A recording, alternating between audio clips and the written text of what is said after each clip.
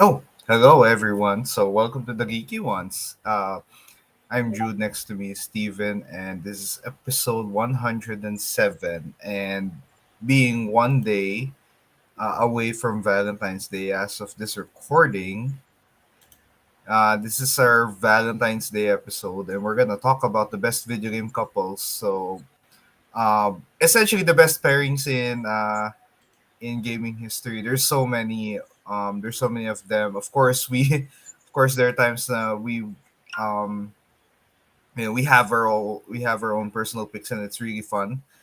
And we have nine because Hmm. we have one that's shared in the same franchise. So that's gonna be cool. But yeah, video game pairings. Yeah, I don't think video game couples are that often. Like Yeah, not really. compared to other Usually in compared to other media, RPGs. Mm. like I see movies and series always have like pairings more than more than games. But then again, when games do love stories, the love stories are really great, and they're some of the best types of storytelling in any medium. So that's really fun. And yeah, some of these couples have like lasted decades at most. So we get all the all-time classics and even the new ones. So yeah, and also there's some little unexpected pairings here and there. We're not just gonna talk about video game characters. We're gonna talk about video games in general and a lot of stuff. So yeah, to start off, we're gonna go with a little classic, and it's a Mario and Peach and Luigi and Princess Daisy from the Super Mario series. And yeah, this is there's you can't go wrong with Mario and Peach. You can't go wrong with Luigi and Daisy. They're pretty much one of the more solid video game couples around, and they're like they're the bread and butter of video game couples when it comes to discussions like these. Like they're the most popular one. They're the quintessential video game couple, and yeah, they're probably a lot of people's favorite couple for the longest time, and that's really cool. So Steven, this is so what now we talk about Mario and Peach, but yeah, Luigi and Princess Daisy. Not familiar with that too much. I Okay, so mean, Luigi and Princess Daisy aren't necessarily like a romantic couple, but I give them a couple kasi nga it's you know how Luigi has always been treated as the second fiddle kasi nga he was basically recolored Mario in his original form. And I don't know, like having a pair with Scorpion, Princess Daisy's sorry? Oh yeah, exactly. like It's the scorpion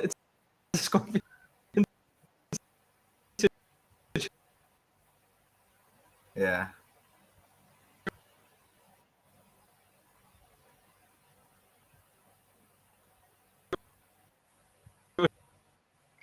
situation. Diba? Like how in Mortal yeah.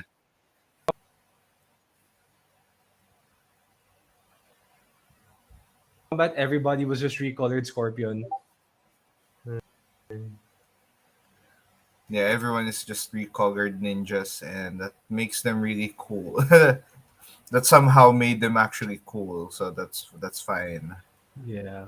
But yeah, yeah, it was really cool because Luigi and Princess Daisy are like, of course, they're the second fiddle couple in Mario, and you tend to forget they're really there, or they're pairing because of their more popular siblings.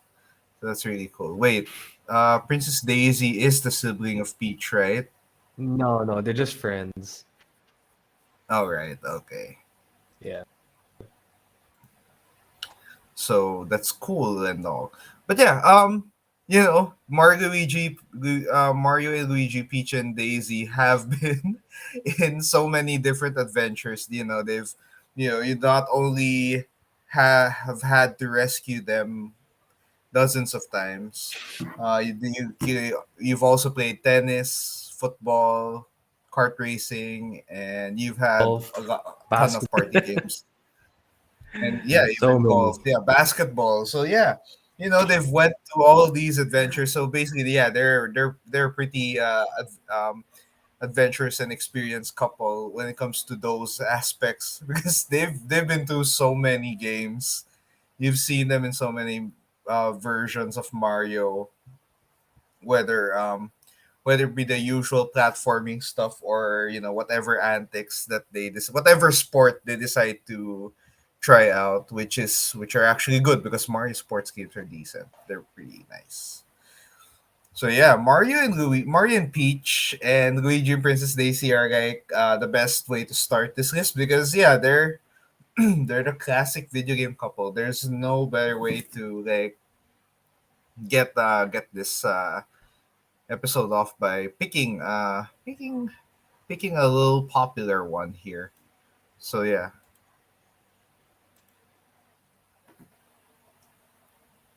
so we're gonna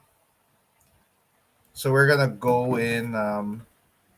We're gonna go with our next part of our list, and this one is an unusual pairing, but this one's classic: video game violence and government. So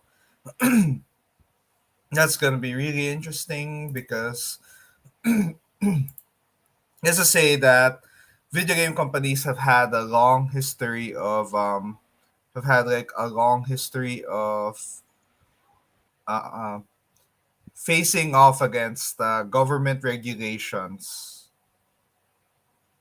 and these government regulations were like have affected the gaming industry as a whole for like the past 3 decades. And this all started with like Mortal Kombat's violent content with their fatalities and just the overall blood and gore in the game, even without those fatalities. Which looking in hindsight, it's not as good. But yeah, in an essence, um, yeah, that's what it is. So video game violence and governments. This pairing has spawned like the rating system of video games. So we have the That's ESRB, right. we have Zero, we Mhm. have Peggy as three of the more popular ones for various regions. And Yeah. for the longest time, that has helped video games, curb the violence or the controversy in video game content. But then again, anything that's like deliberately violent or crazy, insane content, people think the controversy can create like a lot of cash in video games, but there are times that when your content is too edgy, yeah, no one would freaking buy it. No one would would even dare to touch your game. So yeah. But then again, video game rating systems are both a plus and a minus in for whatever reasons. But then, like every other piece of media, it still has to be regulated. So Steven, what are other video game violence things, or yeah, what can we talk about here? I mean, the way I see it, it's a match that was meant to be because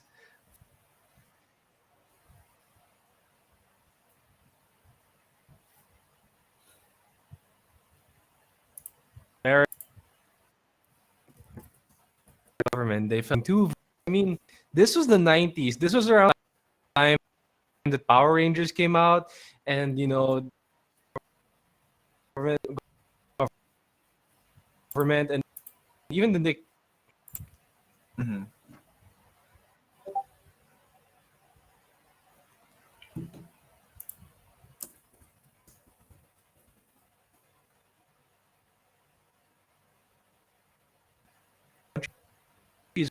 were worried that kids would be mocking.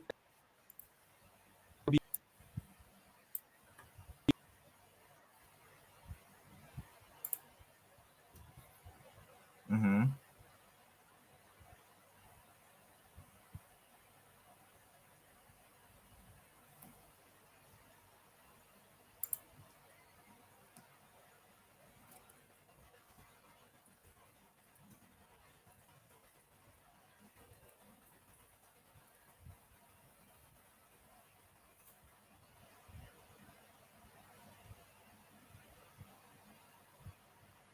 Oh, well, yeah, we have to check out that one because we're having a bit of technical difficulties. So yeah, I guess I'll talk about some of the video game violence and government regulation things. So some governments have went to the extreme of banning video games in general. I think countries like Brazil, Australia, and I think China right now have some restrictions on the amount of gaming hours or the games that you can play. So because there are times that you can't really play anything.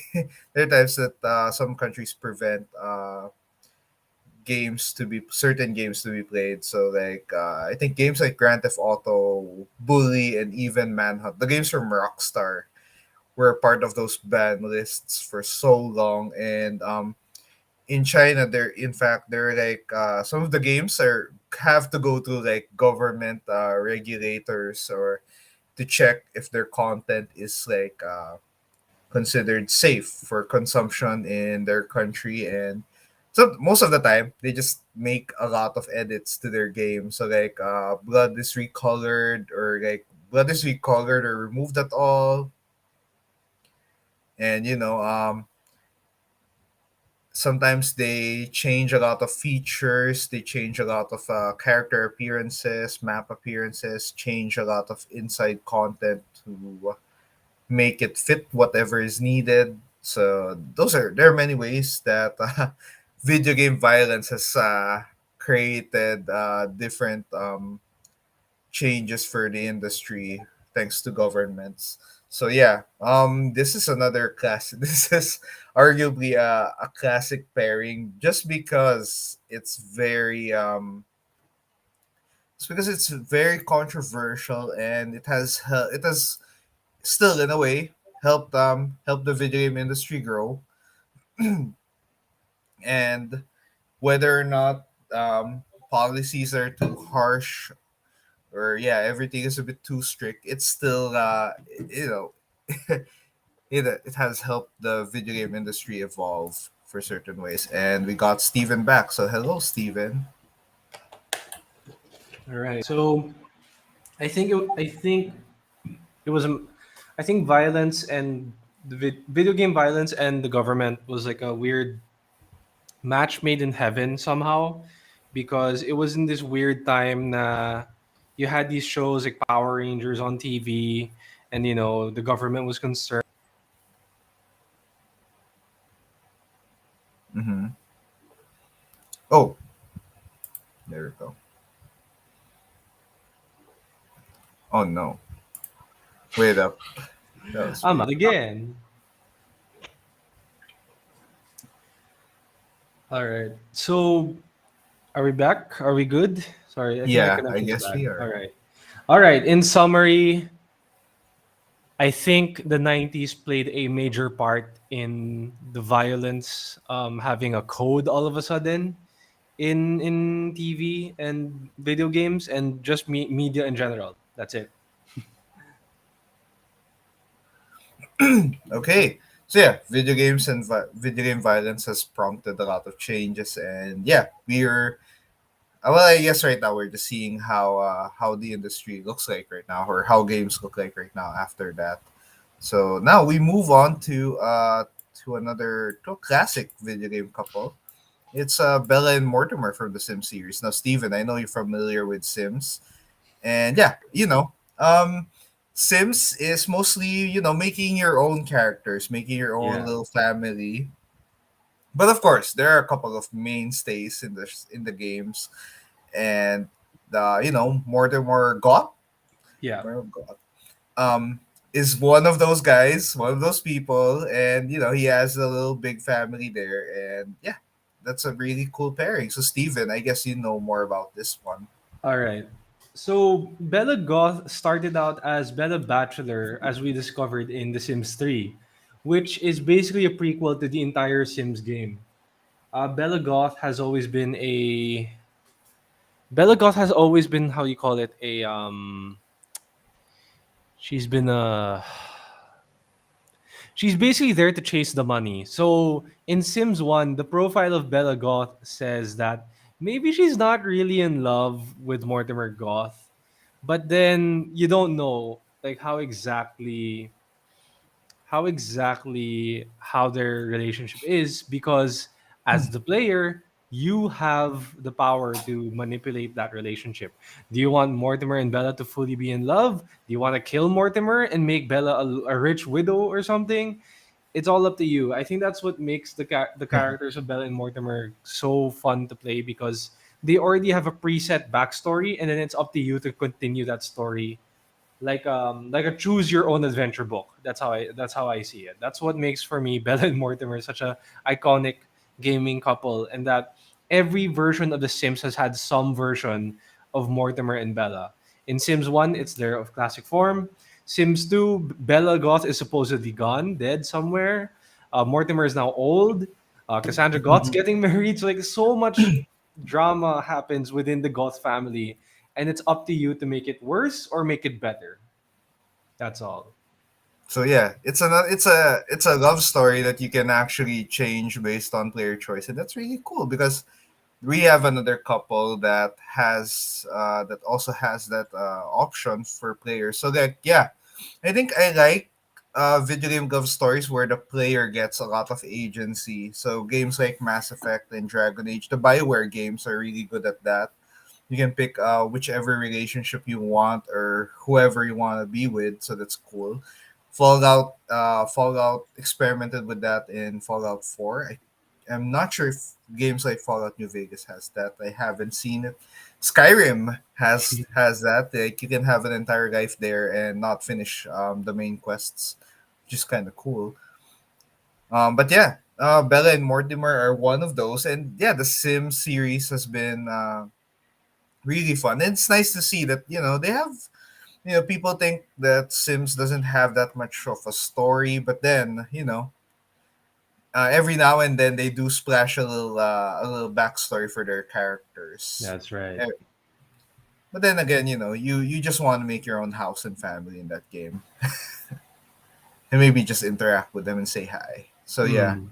Mm. Next up we have Nintendo and their terrible online service, which has been the talking point for a lot of criticisms about Nintendo. But recently more criticisms are aimed at their copyright assault on That's everything, right. That's right. and that's really wild. They've cut down a number of ROM providing services, which houses a ton of Nintendo games from various consoles, from uh, NES, SNES, Game Boy Color, and Game Boy Advance. So yeah, Nintendo cracked down on that, and now they're cracking down on even the YouTubers who are doing content about their games, which is weird. You're a YouTuber, you're talking about their game, you're talking about a Nintendo game, you're promoting that content, you're promoting that game to other people for them to discover, hey, I want to play this game. And video game YouTube lists are something I watch a lot, and they're really helpful in marketing games. They're really a great, you know it's a free marketing tool. And Nintendo apparently doesn't get the gist of that, and there's a reason why not many creators play Nintendo games in general, because it's a difficult there's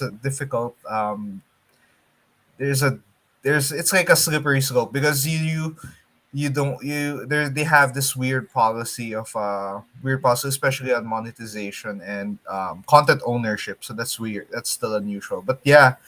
um Online service, I think in general, Switch, despite it being fresh, it has the most online functionality out of any Nintendo console, because you can connect in Animal Crossing, you can play in Monster Hunter Rise, and those are two of the biggest games on the Switch. And I've seen people play and connect and enjoy. But yeah, but still, despite that, Nintendo is lagging behind in terms of online services that they provide, compared to other companies like Sony and Microsoft.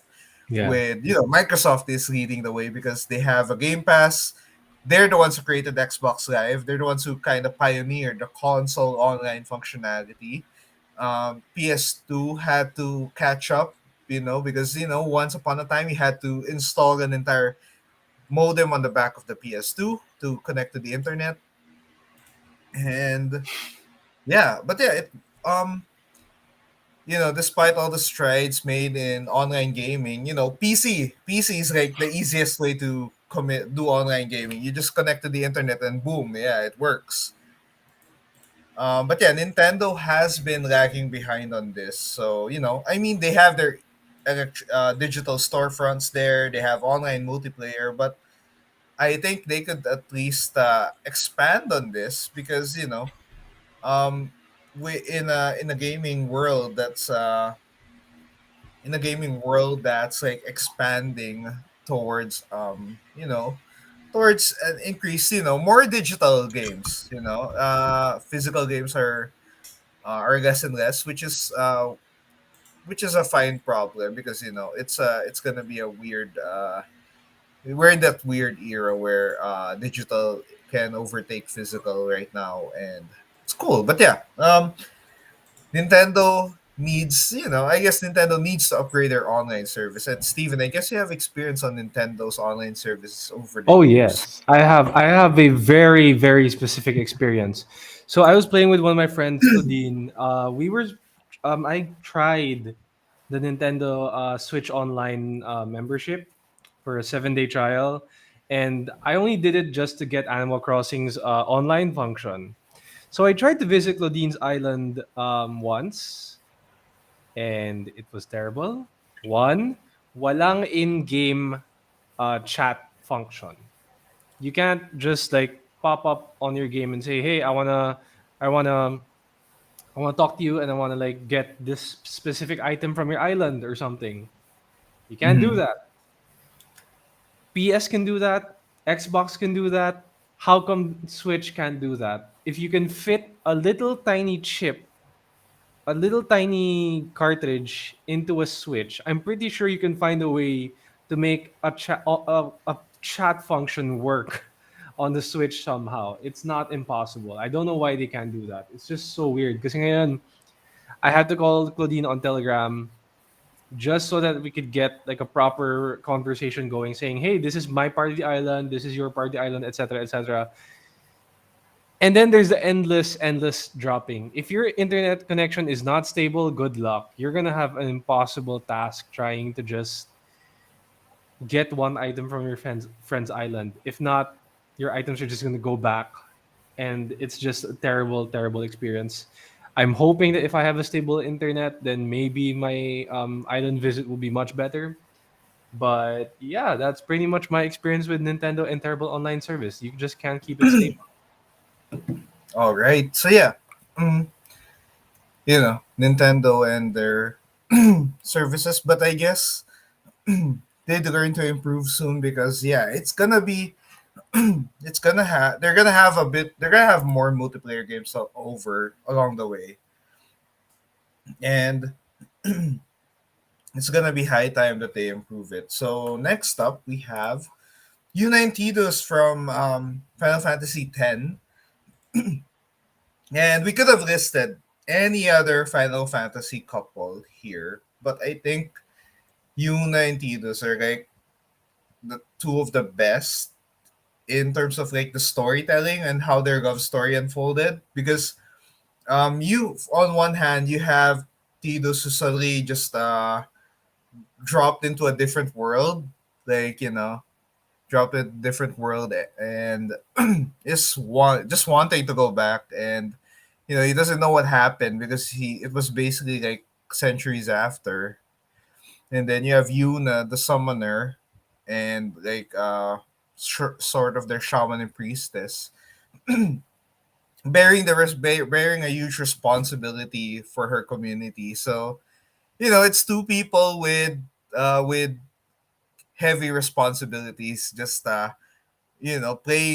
fighting through whatever is gonna happen throughout the game. And the iconic moment, Tidus laughing, is actually just them, trying to stay sane in in whatever insane world where they have huge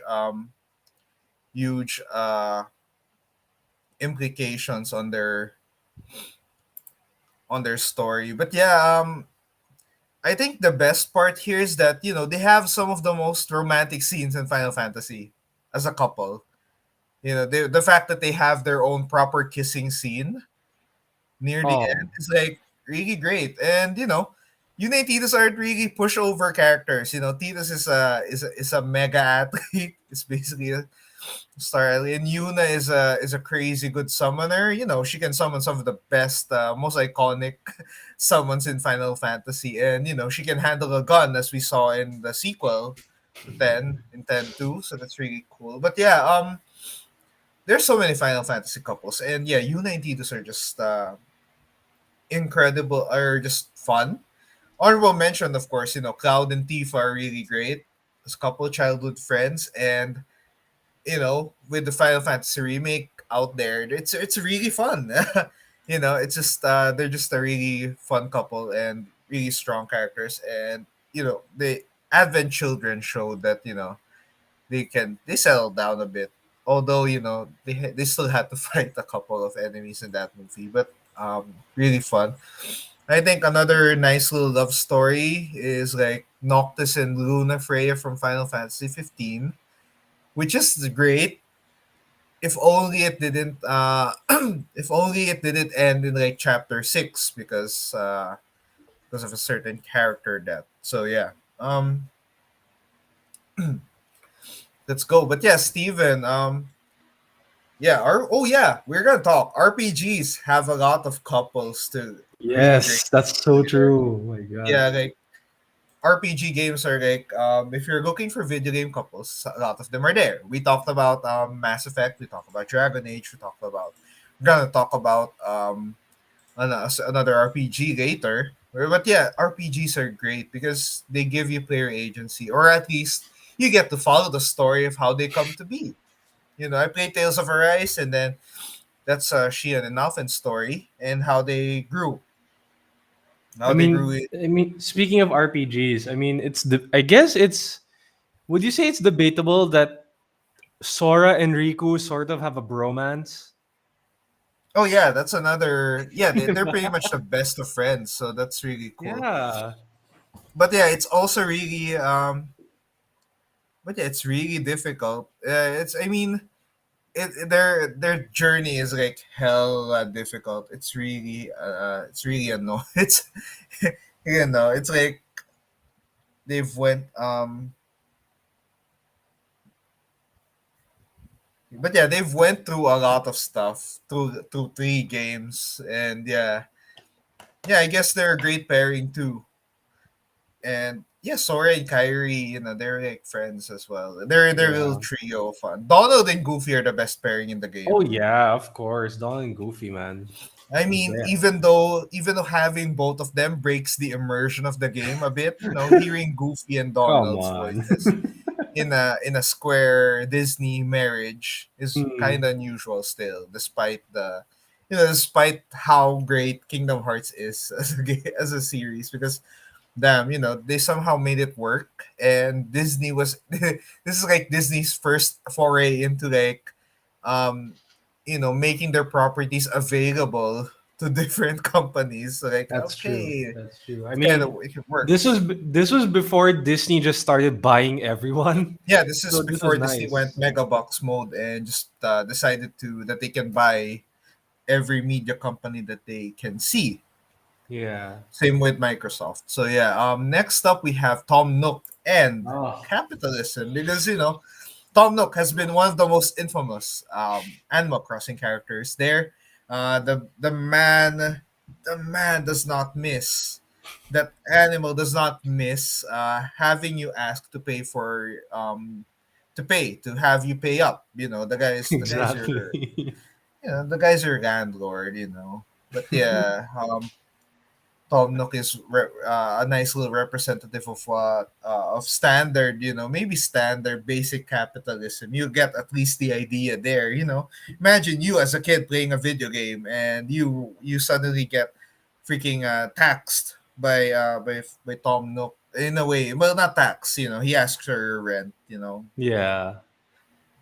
So the thing Much with like Tom, the yeah. thing with Tom Nook is that he for I'm sure for a lot of kids, Tom Nook was their introduction to capitalism, because that's when you realize that, hey, you have to pay this excessively huge debt.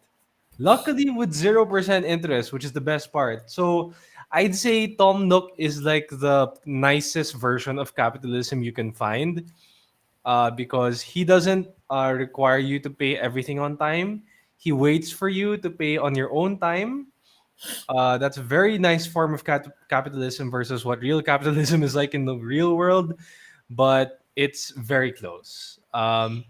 He is your landlord in the original GameCube game. He is your landlord. He is your he is your boss at work. So you're literally paying off your loan to Tom Nook. The guy who gave you your house is also the same guy. It's just a match. It's such a match made in heaven, because not only has Tom Nook become our symbolism of capitalism, but he's also an adorable form of capitalism, to say the least. Yeah, He's like he's also like the he's also the an Animal Crossing icon by this time. So like Yes, he is the icon. That's why if you watch the honest game trailer of of Animal Crossing New Horizons, Tom Nook has the best description. It's Tanuki suit Jeff Bezos, because he abuses your financial status for his own success. I mean, if you see Tom Nook's like riches in the game as it evolved, it's insane. That's all I could say about Tom Nook and capitalism. yeah, but yeah, this is another crazy fun video game pairing, and yeah, Tom Nook is like people might find him annoying and or fun at the same time, but yeah, uh still he's been in so many he's been in every Animal Crossing title, Even so Smash. he has that, and yeah, even in Smash. See, but Mhm. yeah, next up we have another RPG couple, and this is Geralt and Yennefer slash Triss in the Witcher series, particularly Witcher 3. So this is one of the more unique ones because, as we said, RPGs give player choice, and you can choose Geralt. The player, can choose which woman in the game Geralt ends up with. You can choose Yennefer, who has been bonded with Geralt due to the wish from a djinn, which is like a genie, and it's like they're bonded to be together because of that wish. And then there's Triss, you know, another I think she's also a sorcerer. I forgot her official title, but yeah, another love interest who in a way more exciting, or more she's like a bit more energetic than Yennefer, who's more Yennefer is usually more angry at times. But yeah, um it's unique because you can choose between two of them, or you can choose none at all in the game. Wow, that's nice. You can Said it, choose neither, Luigi. and in that end, you get Geralt's best friend, Dandelion, the bard, as your like best friend for life in the end, which is kind of cool. So no Aww. matter which you choose, you still ride off the sunset with either your lover or your best friend. So that's kind of cool. I forgot to put I forgot to put Dandelion on the choice list, but technically he isn't a choice. It's like he appears when you don't pick either of the two characters we mentioned. So that's really nice. But yeah, it's still nice. But yeah, both of them. But either way, whichever you pick, if ever you pick either of them, it's still it's rocky.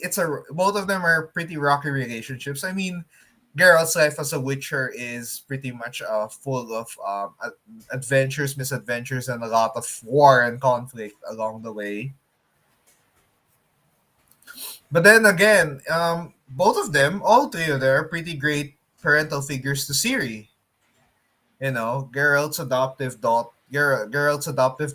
and a Witcher in her own right, a really skilled one. And yeah, the best part here is that I love the player choice here. Although in Witcher 3, worth noting that you can meet other women in Witcher 3, and like but then again, it's not, it's just like you I mean, you can have dates with them, but in the end you're gonna have to pick between two. Oh. Would have been more interesting if they had all the romantic options there, but then again, Yennefer and Triss is a really difficult decision. And oh yeah, for those who are wondering, if you can pick both of them and somehow win in your own terms, you can. You can. If you decide to romance both of them, Mhm. they'll invite you to bed and then tie you up and just leave you. Both of them will leave you Oh, like a big middle finger to Geralt and the player for trying to see if you can actually do yeah. um if you can actually cheat the system in a way. And the answer is no, you can't. And CD Projekt Red has read way ahead of that, way ahead of that move, way ahead of everyone, and introduced that one. So that's I actually like that cutscene. I didn't get that because I picked Yennefer on this one.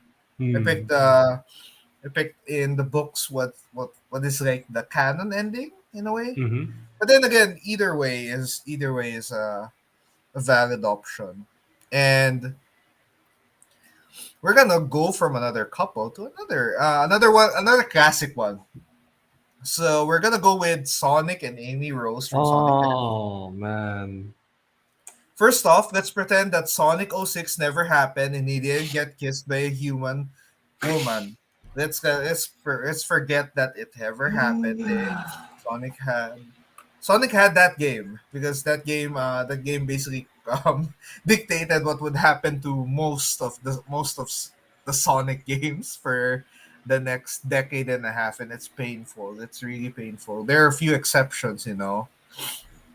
There are really few exceptions to. There are some remotely decent Sonic games, but then again, it's mostly awful. So, but then what's not awful though is at least we get Sonic and Amy Rose as their top pairing because Yeah. Amy Rose is really cool. Amy Rose is pretty cool. Sonic is a cool video game character, and at least wait, does Amy is Amy the one with the hammer? Yes, Amy is the one with the Okay, hammer, and okay. Sally Acorn is the one who has a vest. And I remember that in Sonic Advance, I Yeah. think at least Sonic Advance 3, as far as I know, you can play Mm-hmm. as all of these Sonic characters, which is awesome. You can play as Amy, you can play as Tails, you can play as Knuckles. And I think I Mm. forgot if you can play as Sandy, but I think there is that option. The Sonic Advance were like the best Sonic game, one of the better Sonic games Mm-hmm. before, it all went to hell with Sonic '06. That's what they call it, It kind of hurt the entire Oh franchise. man. But yeah, Sonic and Amy Rose though is like the top pairing. So Steven, your pick. This is your pick. So All right. share So away. I like the fact that Sonic and Amy Rose's story is basically the most anime thing ever with the girl chasing the guy. Kasi 'di ba, we know that tsundere element Wait, of wait, wait. Chasing sorry? literally. Sonic is fast and he runs. Yes, literally. Okay. Literally and figuratively chasing Sonic's heart and chasing Sonic because Amy Rose has a humongous crush on Sonic. And we know that there are very few hedgehog characters in Sonic's universe. So it's adorable, but at the same time it's kind of creepy because in a way, Amy Rose is Sonic's stalker, but in the end, I think na understand ni Sonic na Amy Rose just really likes him, and sometimes they do end up being a couple. I'm not sure if the Sonic comics have expanded on this, but I'm sure they have somehow. Or Sonic Boom. Amy Rose still has a crush on Sonic to an extent, and I love that show. Just really makes fun of the concept of Sonic and Amy Rose being a couple, and it's just fun. Like it's one of those more I can't say wholehearted wholesome relationships because it can get toxic at times. But Sonic and Amy Rose are just a fun couple. If you exclude the other things that happen in Sonic fandom, let's not talk about that. Yun na lang. But yeah, Sonic and Amy Rose is a fun couple, and I like Sonic is blue, Amy's pink. It's a cute dynamic. It's really fun. Sonic characters are fun. Just please give them solid games. Just at least make Yeah. them 2D again or something Let's like hope the Sonic next one. Mania. Let's hope the next one's gonna be good. Sana, sana. Yeah.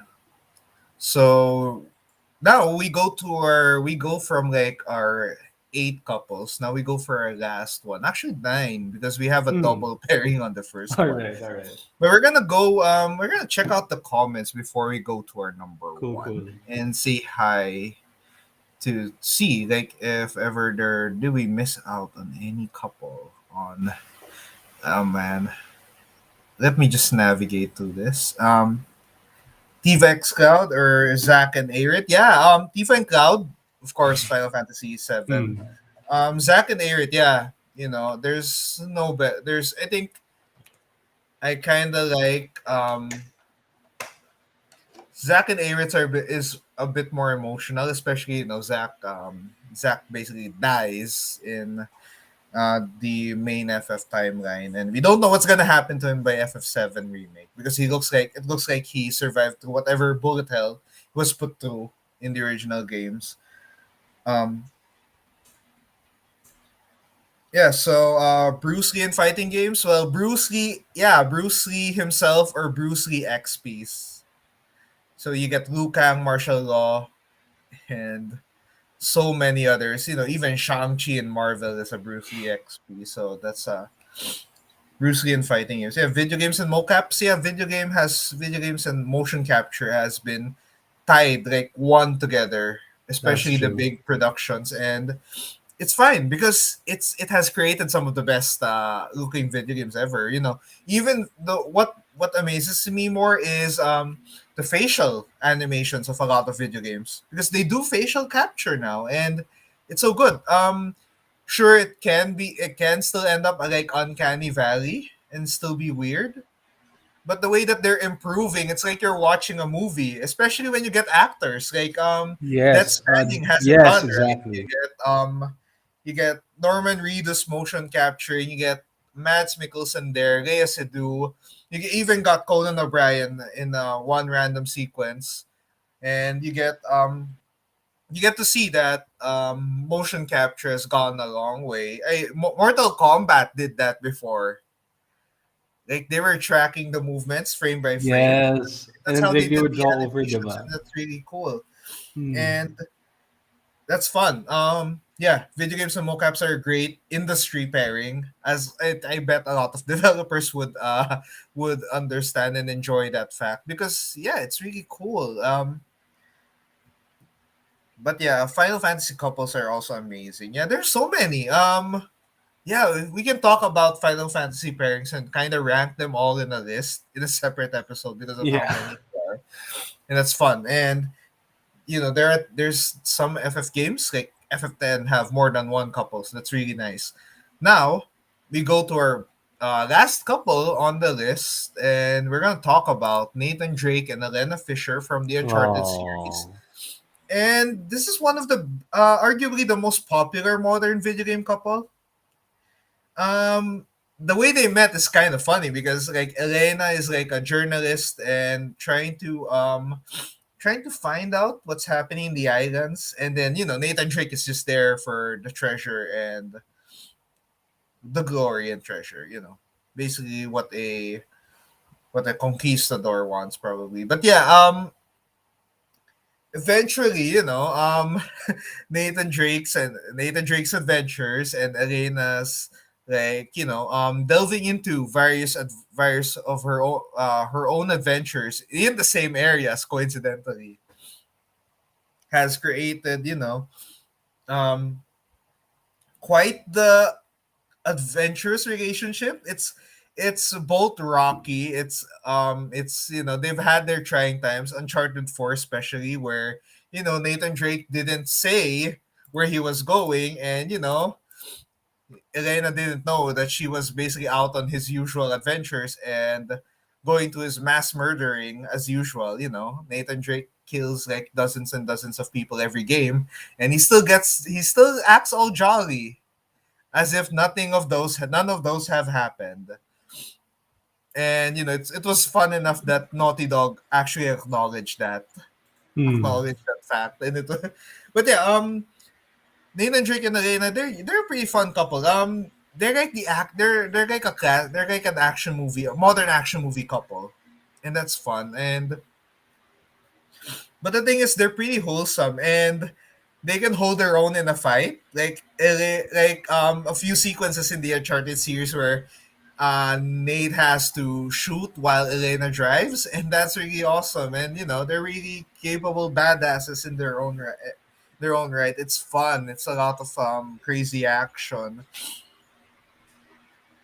and that's really cool. And Elena can also kick ass. And I think if we were allowed to control her, we would have probably done the same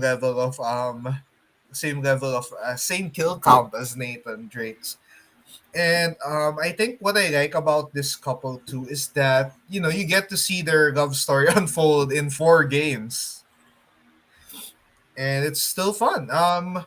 The fact that they were able to settle down and give them a proper ending. They have Hmm. a family, they have their own private island, because they're damn rich. Yeah. They're really rich from all the treasure they got, and Hmm. they have enough treasure to have their own island and a nice secure place. But my favorite part of that ending is their daughter finding a picture of Nathan Drake with a shotgun, with Elena smiling, happy group photo. Yes, yes, my daughter. I have murdered dozens upon dozens of people for this treasure, Oh my gosh. and I'm still jolly about it. Nothing. You don't see any form of whatever trauma he could have had from blasting people down, and whatever. I'm not sure if you can hear sirens on my background. I hope not. But yeah, Nathan Drake and Elena Fisher are two of the best pairings in Uncharted, and some people can also argue Sam and Sully, Nathan Drake's brother, and his men, Oh. because Hmm. they're kind of like still doing the treasure hunting, still exploring, and I forgot. Wait, Uncharted Lost Legacy has their own pairing too. Oh, that's Really nice. cool. It's a best friend pairing, which is Chloe Frazier and Nadine. Nadine, who kicked your ass in Uncharted 4, and Okay. now they're best friends. Oh. But yeah, it's a really cool. Uncharted is really nice. It's a great story, and if we're gonna talk about Naughty Dog, um, Neocortex and Crash is a pairing. It's a Oh rivalry, yeah. but in the end, I guess um, they're just at this point they're friends. They go kart racing together. Yeah, that's true. They enjoy a fair round, a few rounds they're of kart racing. they're friends. They're friends from work or something. Yeah. Yeah. Um. His work husband. Yeah. Pretty much. For if we're gonna go Last of Us, Ellie and Riley, her Mm-hmm. partner Mm-hmm. in the Last of Us prequel DLC. That's a painful Mm-hmm. story. Um. Yeah. Mario and There's so Yoshi. many. What? Mario and Yoshi. Yes. Yeah. It's Yeah. like modern equivalent, Geralt and Roach, his horse. Mm-hmm. It came to a point that what his horse had a mission and his horse was talking. It's one of the DLC quests. It was really fun. It was so insane, but yeah. Hmm. But yeah, there's so many video game couples, and that's the fun of it. Valentine's Day is all about that, and celebrating relationships, and whichever relationship you have, romantic, best friend, rivalry, maybe. Just as long as it's a friendly rivalry and you're not Yeah. bound to go up to swords and guns for it. But yeah, But yeah, that's our episode. That's episode 107, and that's our those are our best video game couples. And um for more content about Valentine's, we're gonna, as of this recording, with tomorrow's Valentine's, so I'm gonna post an article on the geekyones.com about like best games for couples to play during Valentine's Day. So it features some classics, it features some nice little titles that couples can play together. So I made sure that it's all co-op games and not no competitive ones like fighting ones. You know, it's Hmm. work together. So that you can see that on the geekyones.com and a lot of other articles. So you can check those out. They're really fun. And for social media, you can check out. You can just follow at the Geeky Ones on Facebook, Twitter, Instagram, Twitch, and YouTube, and that's all the same handle. So you can just follow away. I know. If you can check out our Twitter profile, our link tree is there, so you can basically see all of them there in one place. So that's more convenient than before. And That's yeah, right. just following us on socials is fun. So stay tuned for any content we do, any update we do. And for the audio version of this podcast, you can listen to us on Anchor, Spotify, Apple Podcasts, Google Podcasts, and other podcast platforms. So yeah, most of them are free. So you can just download the episode and listen up, and that's fun. And for socials, you can check out Stevie Said Yep at Stevie Said Yep. Steve. Yeah, that's it. That's it. STEVIESAIDYUP. Yeah, I just share stuff about the geeky ones. I rant about hockey and share a few Animal Crossing clips from there. Yeah, I'm on Facebook, Twitter, Instagram, and YouTube. That's about it. Nice. So for mine, my page is called Dude It's Jude, and I usually stream every now and then, but now work has been busy, and Mhm. right now I'm posting more. I've posted some Yu-Gi-Oh! Master Duel videos, so my game highlights, some of the fun duels I had. So there was I'm gonna post some stuff like me defeating a waifu deck really clear. It was so fun. It was so weird that deck was so wild. Can't believe we survived that. And one time I faced off against a deck with a deck that summoned one of the god cards, which is kind of insane. And how I destroyed that god card and brought it back and brought it to the graveyard, and it's fun. But yeah, that has been episode 107 of the Geeky Ones. And once again, thank you for those who are watching and commenting. And we'll be seeing you next episode. And that's going to be fun. But as always, stay safe and yeah, stay safe and have fun and enjoy Valentine's Day. So thank Happy you and Valentine's, goodbye. everybody. Happy Valentine's Day. So Mwah. yeah. Bye.